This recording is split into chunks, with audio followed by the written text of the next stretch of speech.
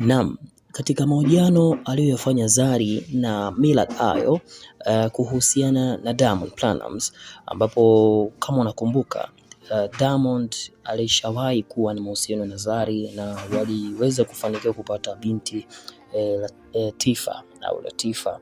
Sasa wakati huu tunaona Zari yuko Tanzania, aliweza kufanyia mahojiano na Millard Ayo na akaulizwa maswali mengi sana. Swali ambalo lilikuwa very interesting kwa Zari ni kuhusiana na matendo ya Diamond Platnumz, kwa sababu tunaona mwandishi anamuuliza Zari kwamba je, kwa vitu alivyofanya Diamond unahisi pengine inaweza kumwathiri mtoto? Anasema of course, kwa sababu ukiangalia Diamond anasema ni yule yule, lakini kwa ajili ya heshima ya binti yao Tifa, he need to change, kwa sababu inabidi abadilike, kwa sababu vitu ambavyo anavyofanya, na ukiangalia sasa hivi Tifa anakuwa kwa speed kali.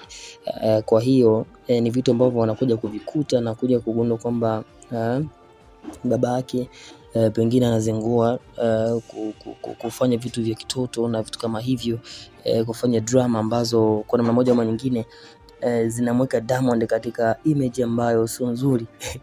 Kwa hiyo tunaona Zari akasema kwamba inabidi Diamond aangalie ni namna gani ya kuweza kubadilika ili kuweza kumsaidia mtoto wao Tifa asiweze kupitia kama anayopitia baba yake, kwa sababu ni vitu ambavyo mtoto anakuwa anakalili anayofanya mzazi. Kwa hiyo anasema kwamba kiukweli anasikitika kwa sababu hakuna sifahamu Diamond ndio yule. Kwa hiyo inabidi aangalie ni namna gani ya kuweza kubadilika na aache hizi drama, kwa sababu naona kuna matukio ambayo yashakupigwa Zari. Kwa hiyo hakuna sifahamu, na pengine ameweza kudeliver ujumbe wake, pengine Diamond anaweza kauchukua na kuweza kufanya kazi. Una maoni gani kuhusiana na hili? Dondosha maoni yako kisha subscribe.